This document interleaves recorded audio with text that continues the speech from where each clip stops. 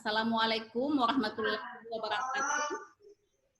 Pada siang hari ini, kita akan mendengarkan presentasi seminar hasil dari Saudari Mahasiswi Andi Anugrah Indah Pratiwi dengan judul Pemanfaatan Limbah Serbuk Kayu Media Tanam. Kepada Saudari Andi Anugrah diberikan waktu kurang lebih 10 menit untuk presentasikan. Dipersilahkan. Andi Anugrah dipersilahkan.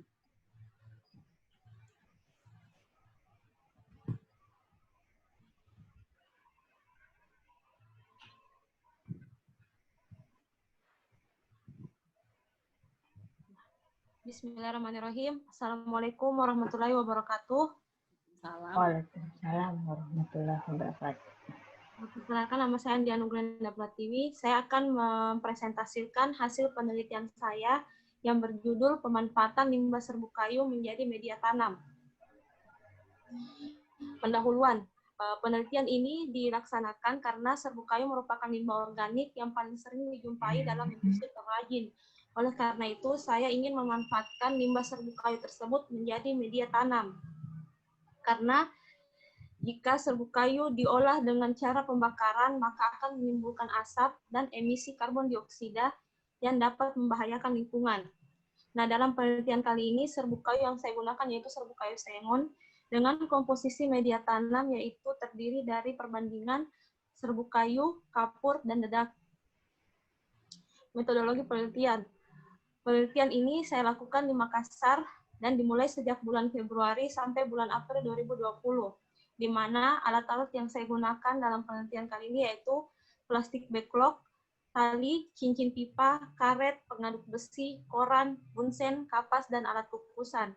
Ada pula bahan yang saya gunakan yaitu bibit jamur, serbuk gergaji, dedak, kapur, alkohol, dan air. Nah, alur penelitiannya yaitu serbuk kayu yang diayak terlebih dahulu untuk menyamakan ukuran. Berikut gambarnya. Ini serbuk kayu, proses pengayakan. Kedua yaitu proses pembuatan media, di mana dalam proses tersebut ada penambahan kapur dan dedak dengan komposisi dalam setiap perlakuan, penambahan air, difermentasi selama kurang lebih 24 jam, dan dimasukkan ke dalam backlog. Berikut gambarnya. Ini merupakan campuran dari serbuk kayu, dedak, dan kapur. Berikut penambahan air, dan ini telah dimasukkan ke dalam backlog.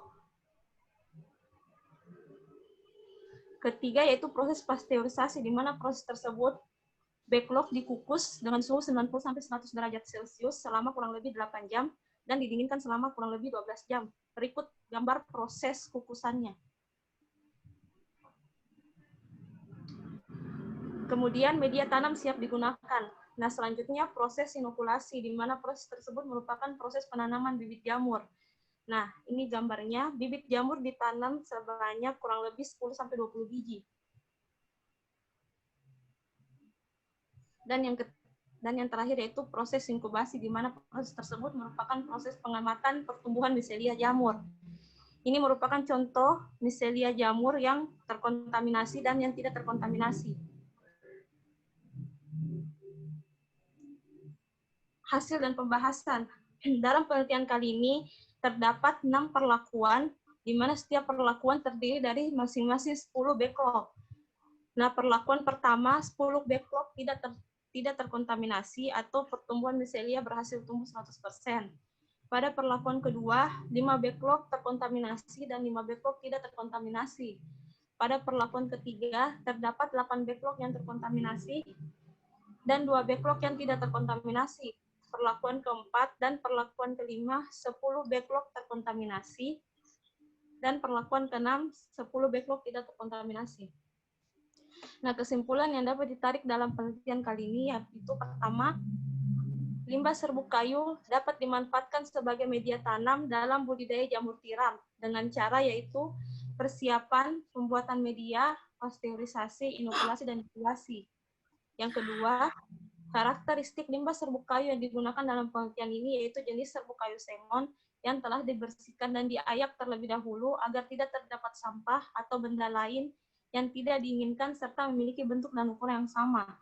Dan yang ketiga yaitu setelah melakukan penelitian, jumlah optimum dedak dan kapur yang baik bagi pertumbuhan jamur tiram terdapat pada backlog perlakuan pertama dan perlakuan ke-6, di mana komposisinya yaitu perlakuan pertama, perbandingan serbuk gergaji, dedak, dan kapur yaitu 100:10:1,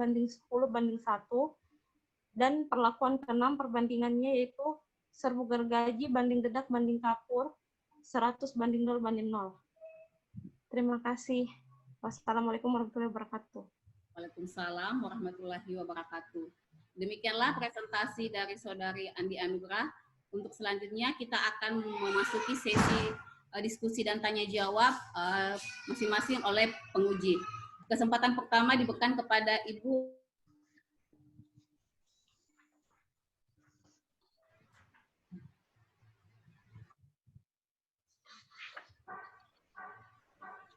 Demikianlah presentasi yang dibawakan oleh Saudari Andi Anugrah. Untuk selanjutnya kita akan memasuki sesi tanya jawab dan diskusi dari masing-masing penguji. Kesempatan pertama diberikan kepada Ibu Ratna Surya Alwi. Silakan Ibu. Ya, terima kasih atas kesempatan yang diberikan. Anugrah, saya ingin menanyakan tentang grafikmu tadi. Coba diperlihatkan lagi, ditampilkan.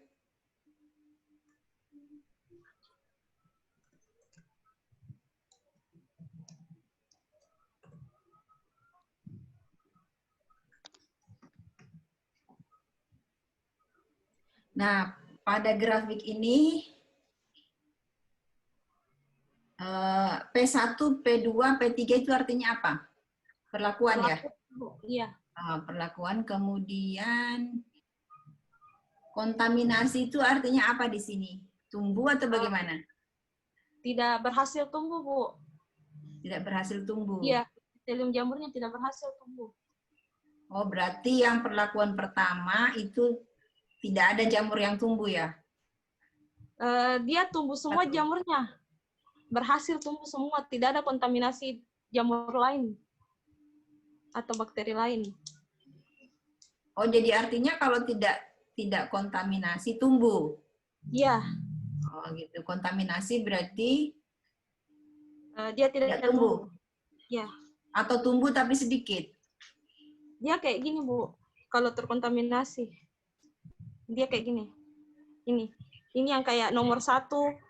Dia tumbuh tapi bukan warna putih, warna hijau. Padahal seharusnya miselium jamur itu warna putih. Jadi dia terkontaminasi. Oke. Itu perlakuan 1 sampai perlakuan 10?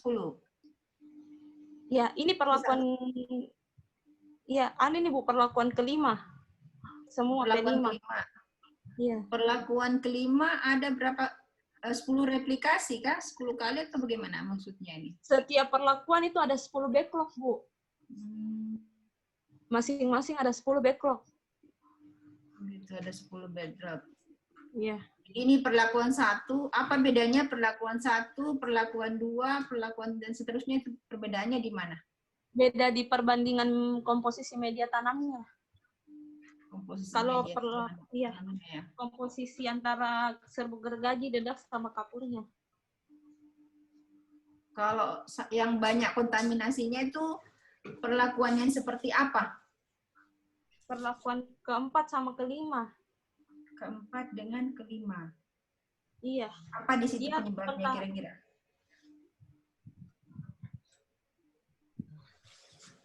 Kalau di perlakuan ke-4, perbedaannya apa?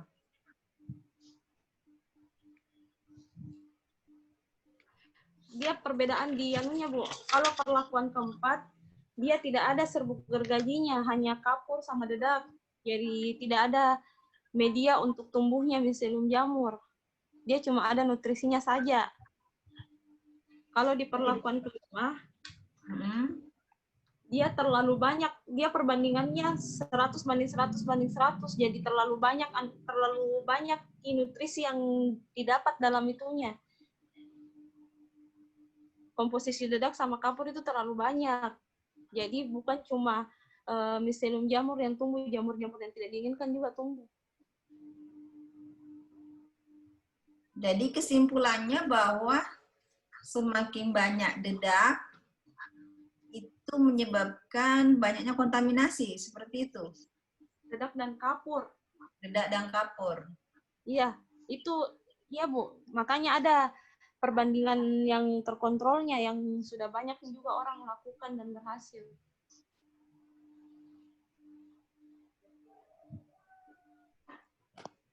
Oke, dari saya cukup Bu Sinardi. Terima kasih Bu. Selanjutnya kepada Pak Ismail Marzuki untuk memberikan saran dan tanggapan. Terima kasih Bu atas kesempatan yang diberikan. Nugrah, dengar ya? Iya Pak. Ya, jadi dari presentasinya tadi, saya mungkin memberikan saran. Yang pertama, sebaiknya ditampilkan, ini kan ada 6 perlakuan ya, perlakuan 1, 2, dan 3. Perlakuan ini dibedakan atas komposisi, ya, komposisi bahan untuk media tanam, serbuk gergaji dan seterusnya. Jadi sebaiknya ditampilkan itu komposisinya. Perlakuan 1 sekian komposisinya, sekian dan seterusnya. Nah, itu saran saya. Yang kedua, yang ditampilkan tadi kan gambar media tanam yang terkontaminasi dengan yang tidak terkontaminasi di setiap perlakuan. Bagusnya saya kira grafiknya itu dibedakan saja warna yang terkontaminasi yang mana dan yang tidak terkontaminasi warnanya apa, supaya lebih tidak perlu lagi kita baca lagi di bawahnya itu terkontaminasi, tidak terkontaminasi dan seterusnya. Itu ya. Berikutnya yang ditampilkan tadi kan grafik baru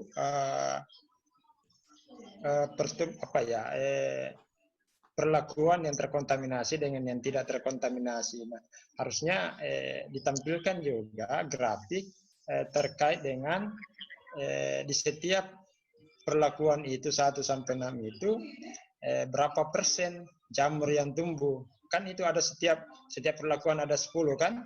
Ya. Nah, kalau hanya ini tadi kan sedikit sekali data, meskipun sebenarnya relatif sama data antara jamur yang tumbuh dengan media yang terkontaminasi dengan tidak terkontaminasi, tetapi kan berbeda objeknya. Ya, jadi sebaiknya dibuat grafiknya dalam bentuk mungkin persen atau apa di setiap perlakuan. Jamur, berapa persen jamur yang tumbuh, berapa persen jamur yang tidak tumbuh. Itu. Di sini juga saya tidak melihat apa yang menyebabkan jamur ini tidak tumbuh. Saya hanya mendengar bahwa ini terkontaminasi dan ini tidak terkontaminasi. Nah, kontaminasi itu disebabkan apa? Apakah karena ada udara ataukah air atau apa yang menyebabkan kesimpulannya Andi Anugrah mengatakan oh ini tidak terkontaminasi, ini terkontaminasi. Meskipun secara fisik ya kita lihat biasanya ada perbedaan warna ya. Ya, secara fisik. Tetapi sebenarnya ada penjelasan apa ya, kenapa perlakuan ini terkontaminasi, kenapa perlakuan ini tidak terkontaminasi. Dari serangkaian perlakuan yang ditampilkan tadi, diuji cobakan, apa penyebabnya dia terkontaminasi, dan apa yang kontaminasinya itu apa? Apakah udara, air, atau apa? Ya, karena presentasinya tadi ya singkat sekali ya, tidak singkat sekali. Jadi kita bingung ya, maksudnya ada beberapa tanda tanya yang benang merah antara satu dengan yang lainnya itu di mana. Mungkin itu Andi Anugrah yang saya mau sampaikan ya, mungkin saran atau ada yang mau ditanggapi silakan. Baik Pak, makasih Pak sarannya. ya Pak. Tidak ada yang mau ditambahkan. Maksudnya ini Andi Anuka mungkin mau berkomentar terhadap saran Pak Ismail atau bagaimana? Ya, Tadi kan ada pertanyaan juga, kenapa tidak tunggu? Komunikasinya apa? Kan tadi media tanam yang dijelaskan Ratna. Kamu menjelaskan apa? Jelaskan.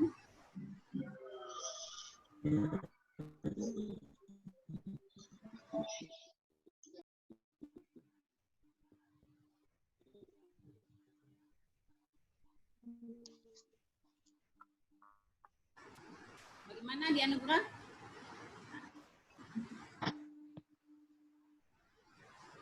Baik, sudah cukup ya pertanyaannya atau sarannya? Sudah cukup ya Pak? Kayaknya di Anugerah masih berpikir. iya saya kira sudah cukup. Iya, Nanti dia tambahkan di ini. bahasa dan pembahasan yang perlu ditambah kalau Iya, mungkin ya. Oke, selanjutnya penguji Bu Sri disilahkan untuk memberikan saran dan tanggapan.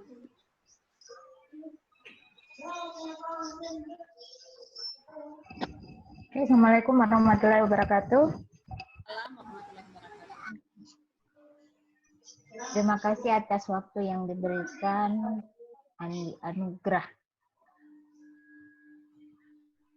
Andi Anugrah, dengar?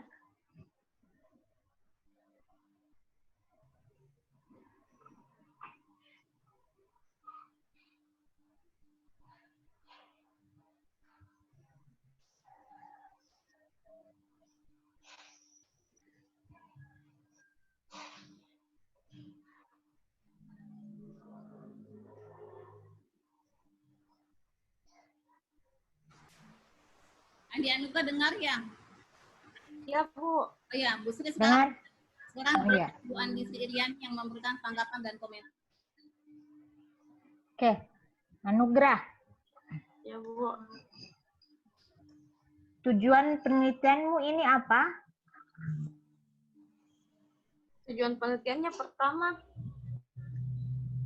bagaimana cara memanfaatkan serbuk kayu. Kedua, karakteristik serbuk kayu. Sama yang ketiga, komposisi optimum. Komposisi optimum bagi dedap dan kapur bagi pertumbuhan jamur. Oke.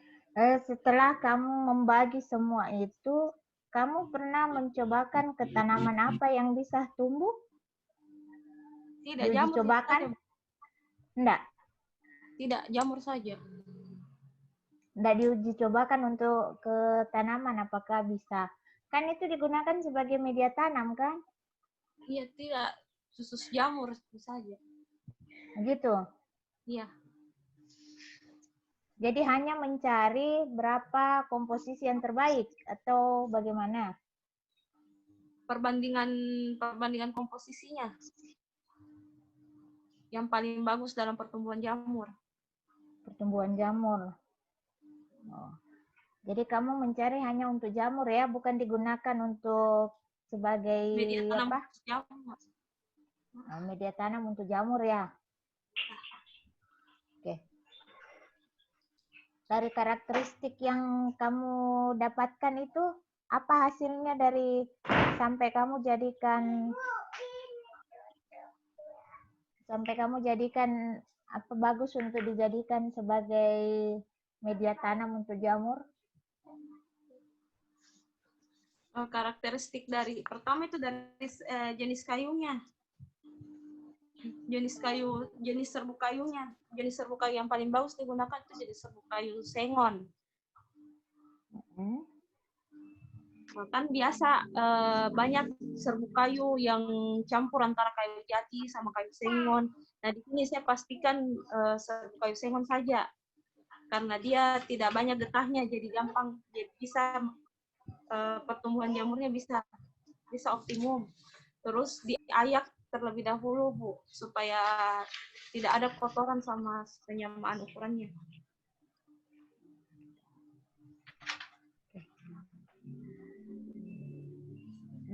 Dari hasil yang kamu dapatkan, tapi menurut kamu, kira-kira bisa enggak digunakan sebagai media tanam selain jamur? Kalau yang saya baca bisa sayur kangkung, bisa sebagai media tanam sayur kangkung juga, Bu. Tapi belum sampai ke penelitian itu. Ya, khusus untuk jamur saja ya. Kali ini penelitiannya khusus jamur. Ya, itu untuk apa perbaikan grafiknya. Ya, sama tadi dengan Pak Is. Grafiknya itu kalau bisa diperbaiki. Saya kira cukup, Bu. Ya, terima kasih Bu atas saran dan masukannya. Berhubung karena di sini ada mahasiswa, jadi kita kasih kesempatan ya mahasiswa untuk bertanya yang hari ini sempat hadir di seminar hasil di Anipura. Dipersilakan mahasiswa yang ingin bertanya.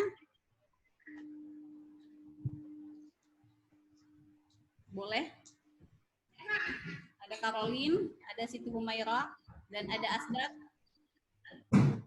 Kalau ingin bertanya boleh raise hand atau aktifkan mic-nya.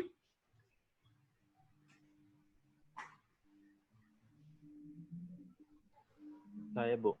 Ya, silahkan. Terima kasih atas kesempatan yang diberikan.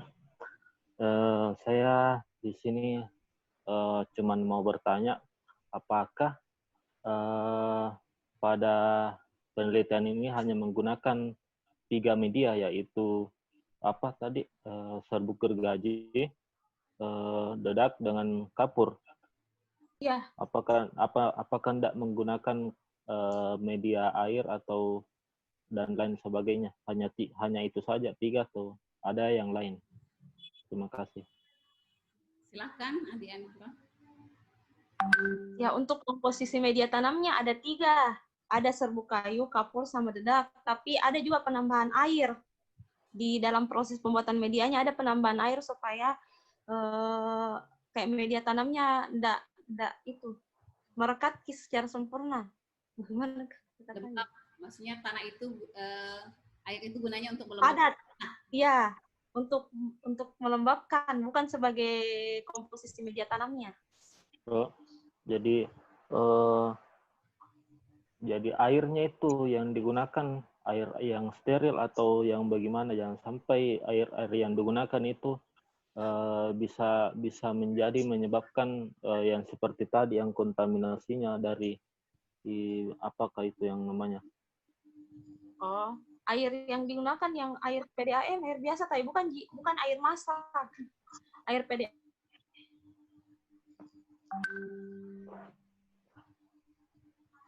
Berarti air hanya untuk sebagai perekatnya saja, ya? Begitu.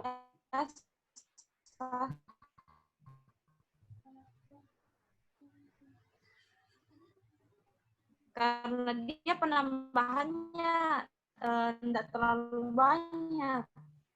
Kalau dia kalau misalnya media tanamnya sudah padat, itu sudah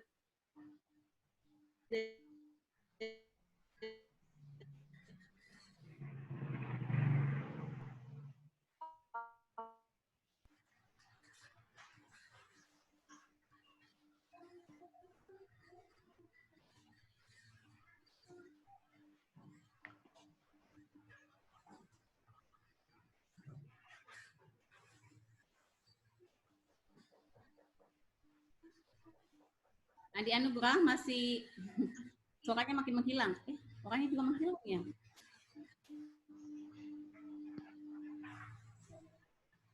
Kenapa yang tidak? Oh, ada. Kita bertanya kemana ini? Hilang.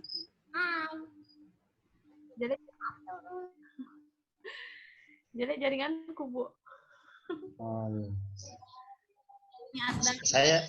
Saya sedikit, Bu, masih ada sedikit. Halo, masih ada yang saya mau perjelas ya. Ini tadi kan tujuannya ada 3. Di poin kedua itu tujuannya adalah karakteristik serbuk gergaji. Nah, di dalam presentasinya tadi saya tidak melihat apa hasilnya itu, seperti apa itu karakteristik serbuk gergaji. Jadi kalau memang ada datanya harus sebaiknya ditampilkan. Tetapi kalau tidak, poin 2 di tujuan penelitian itu tidak usah ada, karena kalau ada itu dan kemudian tidak ada datanya itu kan tidak menjawab tujuan. Ya, itu poin 2 kan ada karakteristik serbuk gergaji ya. Karakteristik ini kan mungkin kandungan apa di kayu itu, kayu sengon ya, yang dijadikan sebagai media. Ya, mungkin itu ditampilkan datanya kalau ada. Kalau tidak, mungkin dihilangkan saja itu poin 2. Ya, saya kira itu Bu. Terima kasih. Ya, terima kasih Pak atas kesempatannya. Saya rasa cukup sampai sekian seminar kali ini, dan ada beberapa saran yang akan kita diskusikan kembali ya, Andi Anugrah, sebelum nanti maju ke ujian tutup. Terima kasih atas kehadiran Bapak Ibu penguji dan para mahasiswa yang hari ini sempat hadir. Saya akhiri seminar hasil kali ini. Terima kasih. Assalamualaikum warahmatullahi wabarakatuh. Waalaikumsalam.